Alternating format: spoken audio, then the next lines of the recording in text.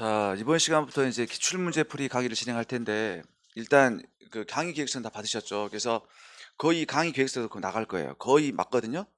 나갈 거고, 그다음에 그 좀 강의 시간이 너무 길어서 힘들다 뭐 그런 얘기 있던데 어쩔 수가 없어요. 이게 제가 한번 두 번 쉬어봤더니 그 10분이 모이면 20회가 모이면 엄청난 시간이거든요. 그래서 그게 좀 불가능할 것 같아요. 그래서 아무튼 뭐 이렇게 2시간, 2시간 이렇게 강의를 진행해야 될 것 같아요. 그렇게 안 하면 이게 우리가 보강을 좀 해야 되거든요.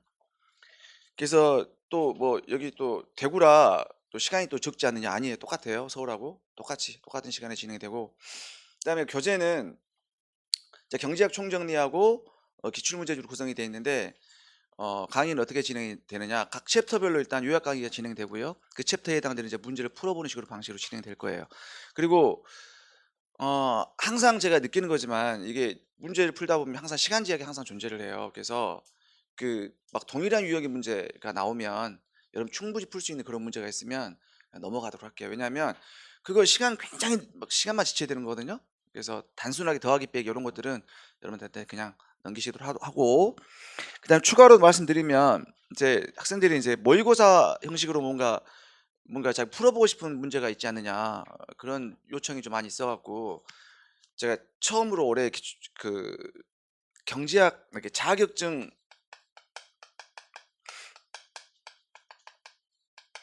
경제학 기출문제집을 새로 만들었거든요. 그래서 자격증 하게 되면 뭐야 회계사, 간평사, 노무사, 기회대사 요거예요. 요걸 뭐 다른 교재 같은 경우는 다른 선생님들 뭐 5개년 또 있었는데 저는 7개년도로 해 갖고 어 그러니까 2000 최근까지 2021년까지 기출문제를 딱 모아 놨거든요.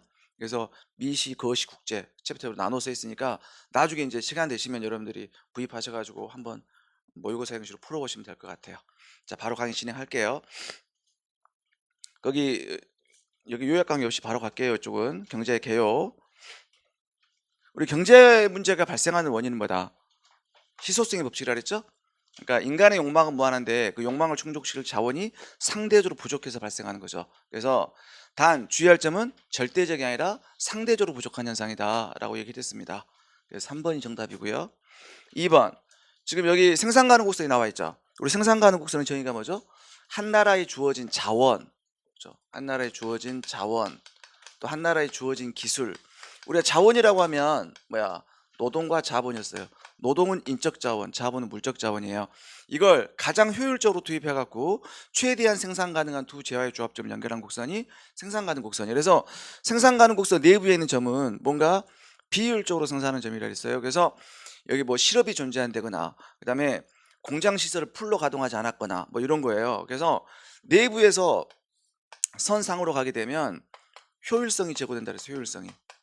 또 하나 여러분들 주의할 점, 효율성과 생산성 혼동하시면 안 돼요. 효율성은 뭐야? 최소 비용 최대 효과고요. 생산성은 기술 진보를 의미하는 거예요. 알겠죠?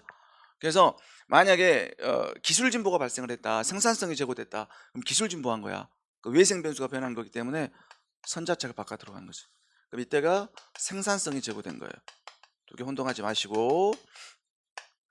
그래서 일단 생산 가능 곡선 내부의 점은 비효율적, 생산 가능 곡선 3 효율적, 바깥의 점은 선택이 불가능한 점이다라고 얘기를 했고, 그다음에 첫 번째 생산 가능 곡선은 일단 우하향하죠. 왜 우하향해?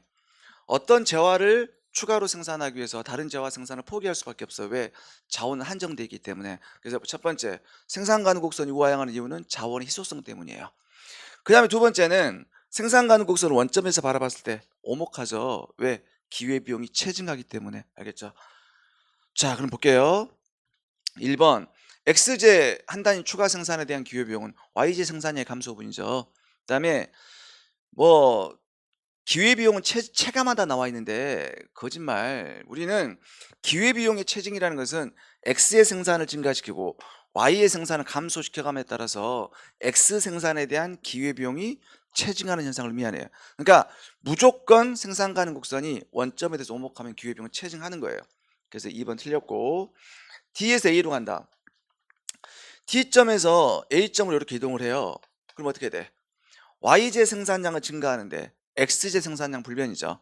그러니까 YJ 생산에 대한 기회비용은 0이죠? 없죠? 맞고요. 그 다음에 C에서 B로 점 이동할 때 XJ를 X1, X2만큼 감소시키면 YJ는 Y2, Y3만큼 증가하죠. 그래서 X1, X2, X3의 기회비용은 Y2, Y3죠? 그 얘기 주고 3번도 쉽네요. 놀부는 흥부 1시간 동안 비디오를 보는 대신에 아르바이트 해갖고요 5,000원 벌었어. 놀부가 아르바이트 했을 때 기회비용은 비디오를 봤을 때 기쁨이지 뭘. 생략할게요. 그 다음에 4번 또 생산 가능 곡선이잖아요. 여기서 지금 실업이 존재한다는 얘기는 예를 들어서 뭐 노동이 100명 존재하고 기계가 100대가 존재하는데 예를 들어서 뭐 노동자를 뭐 90명만 투입했다거나 기계를 70대만 투입했다. 그러면 자원을 몰빵 다 투입한 거 아니죠. 그럼 어떻게 됐어? 내부에 있을 거예요. 이걸 완전 풀가동했다. 그럼 선상으로 가겠죠. 그럼 실업이 감소를 했다. 내부에서 선상으로 가는 거예요. 그 다음에 이제 자본량이 증가를 했다. 요건 뭐야? 이 자원 자체가 늘어난 거예요. 생산 가는 곳 자체가 바깥으로 가는 거. 기술 진보도 마찬가지죠. 자, 그런데 재화의 상대 가격 변동. 얘는 뭐냐? 우리 그 생산 가능 곡선이 자, 한 가지 질문 좀 드려볼게요. 마지막까지 강의실 지켰던 자네.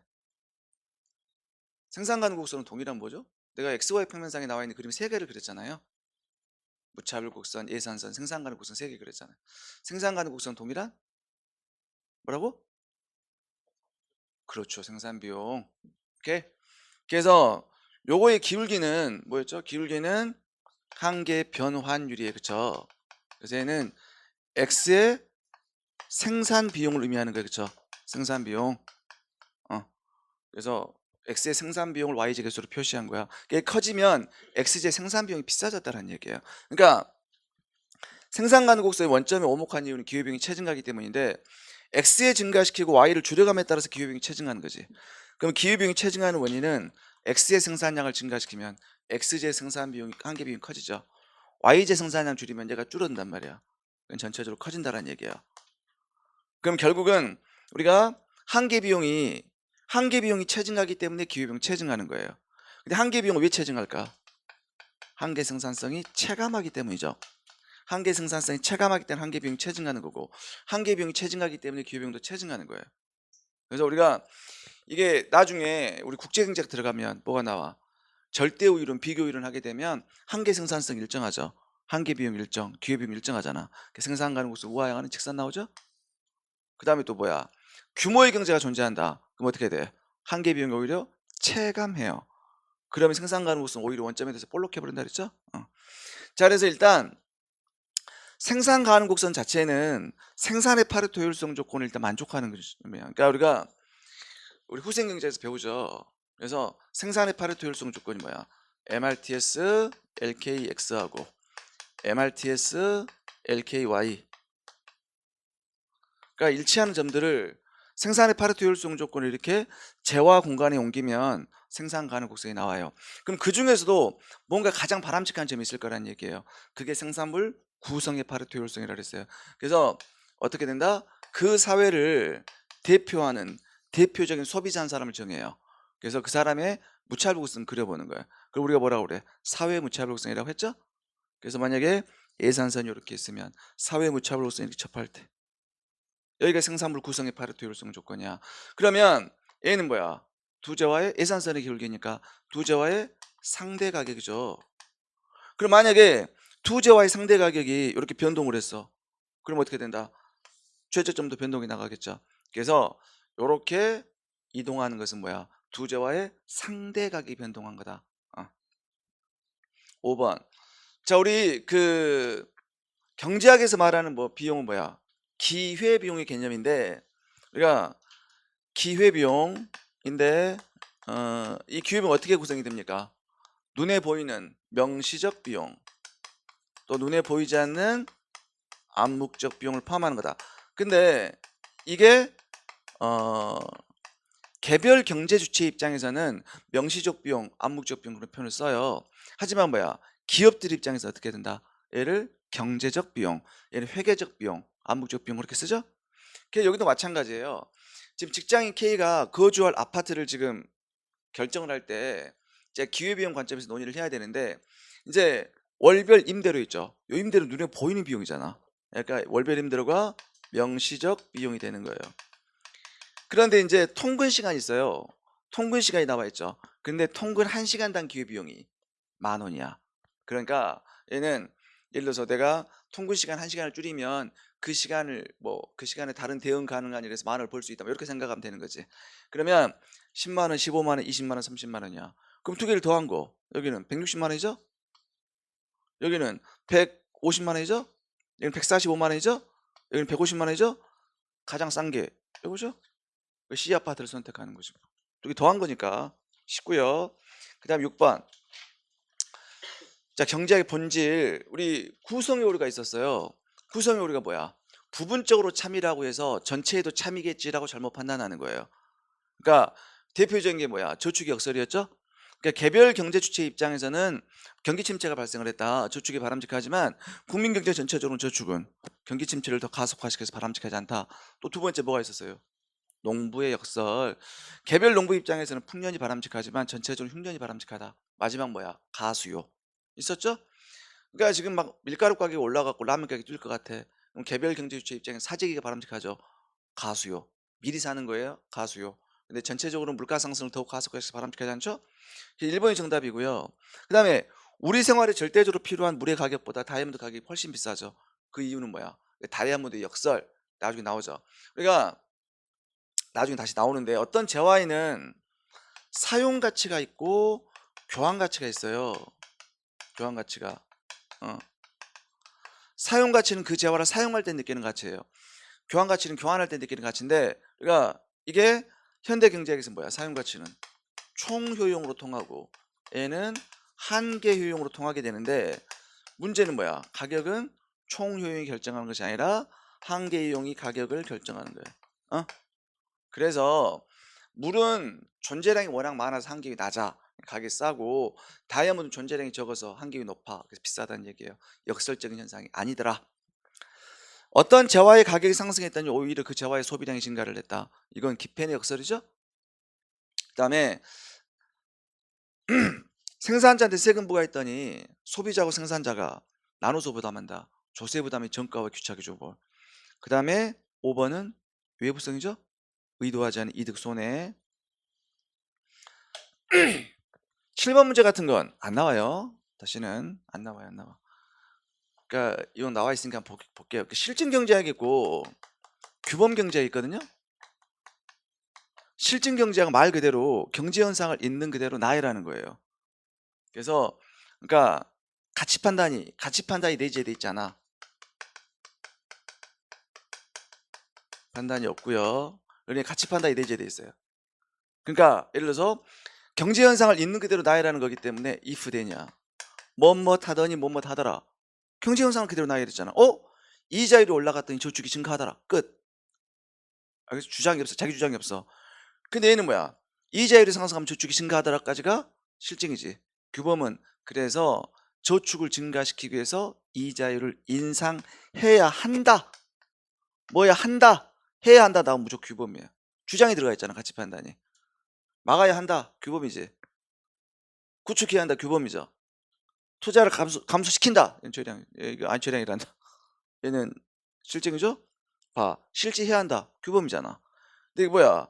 확대 재정 정책, 이자율을 끌어올려서 민간 투자를 줄인다. 뭐야? 구축 효과죠? 재정 정책과 구축 효과의 결정적인 차이점이 뭐다? 이자율. 금융 정책은 금리를 낮춰.